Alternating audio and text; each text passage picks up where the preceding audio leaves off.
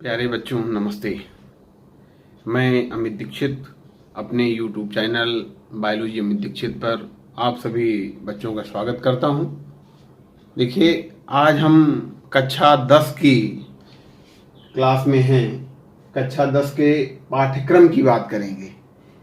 कक्षा 10 में विज्ञान का जो एक पार्ट है जीव विज्ञान, क्योंकि कक्षा 10 में रसायन विज्ञान, भौतिक विज्ञान और जीव विज्ञान ये तीनों साइंस एक साथ मिलकर के हैं, तो हम यहाँ पर केवल जीव विज्ञान के सिलेबस, जीव विज्ञान के पाठ्यक्रम की बात करेंगे। तो अगर हम पूरी विज्ञान को देखें कक्षा 10 की, तो पूरी विज्ञान को 5 इकाइयों में डिवाइड करते हैं, 5 इकाइयों में बांटते हैं। तो उसमें से पहली जो इकाई है, पहली इकाई रासायनिक पदार्थ, प्रकृति एवं व्यवहार, ये पूरी इकाई केमिस्ट्री से संबंधित है, अर्थात रसायन विज्ञान से संबंधित है। तो रसायन विज्ञान जो पढ़ाएंगे वो आपको पढ़ाएंगे। जो दूसरी इकाई है यहाँ की, जैव जगत। दूसरी इकाई क्या है यहाँ पर? जैव जगत। इकाई 2 जैव जगत, उसको मैं आपको पढ़ाऊंगा। इससे संबंधित 4 चैप्टर हैं। इस इकाई से संबंधित 4 चैप्टर हैं। 4 चैप्टर में से जो पहला चैप्टर है वो जैव प्रक्रम।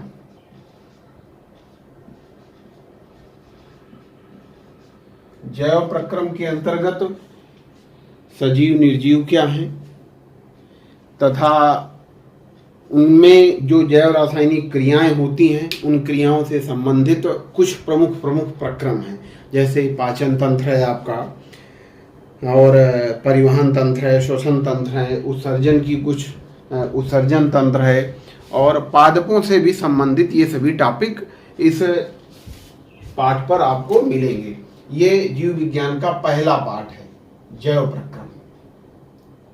इसके बाद में जो दूसरा पाठ है, दूसरे पाठ का नाम है नियंत्रण एवं समन्वयन।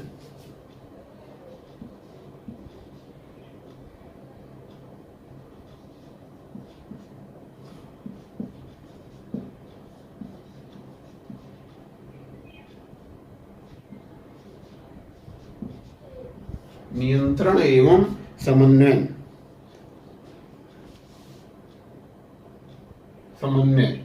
नियंत्रण एवं समन्वय। देखिए, जैव प्रक्रम के अंतर्गत जो भी चीजें थी, उनमें से प्रमुख रूप से सजीव,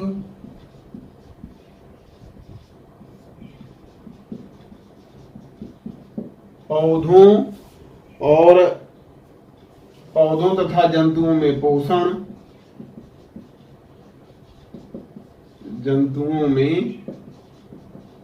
पोषण, उत्सर्जन, श्वसन, परिवहन, ये प्रमुख चीजें इसके अंतर्गत जैव प्रक्रम वाले पाठ में आपको पढ़ने को मिलेंगी। जो दूसरा पाठ है नियंत्रण एवं समन्वयन, इसके अंतर्गत अंतःस्रावी ग्रंथियां, पादपों एवं जंतुओं के हार्मोन,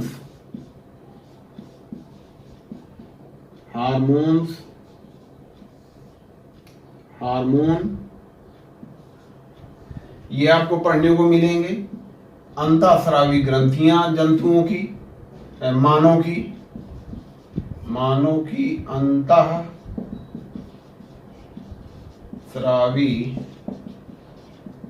ग्रंथियां हो जाएंगी, उनसे निकलने वाले हार्मोन्स हो जाएंगे, तथा पादपों पर हार्मोन्सों का प्रभाव, पादपों के सभी हार्मोन्स,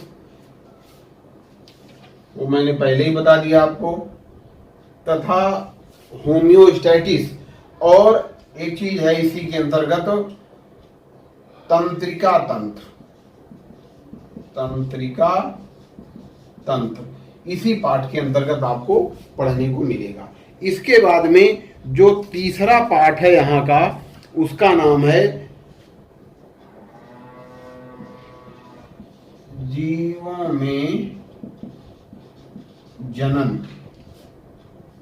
अब यहाँ पर जीव में जनन पढ़ना है, जंतुओं में, इसमें तो पादपों का जनन और जंतुओं का जनन दोनों को आपको यहाँ पढ़ने को मिलेगा, थोड़ा शॉर्ट रूप में। इसके बाद में इसका जो अंतिम चैप्टर है वह आनुवंशिकता एवं जैव विकास।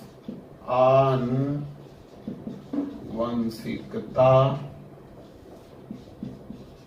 एवं जैव विकास। तो इस दूसरी इकाई के ये 4 चैप्टर हैं। इन चारों चैप्टरों को आपको जीव विज्ञान में पढ़ना है। पहला जैव प्रक्रम, दूसरा नियंत्रण एवं समन्वयन, तीसरा जीवों में जनन कैसे, और चौथा आनुवंशिकता एवं जैव विकास। इसके बाद में जो 5वीं इकाई है, 5वीं इकाई आपकी प्राकृतिक संसाधन है। प्राकृतिक संसाधन के अंतर्गत 2 चैप्टर हैं। उन 2 चैप्टर में हमारा पर्यावरण और प्राकृतिक संसाधनों का प्रबंधन, ये 2 चैप्टर आपको उस इकाई में पढ़ने को मिलेंगे। तो अर्थात जीव विज्ञान के अंतर्गत 6 चैप्टर हो जाएंगे। इस साइट पे मैं लिखे दे रहा हूं। तो ये 4 चैप्टर ये हो गए। इसके बाद में 5वां चैप्टर आपका हो जाएगा हमारा पर्यावरण।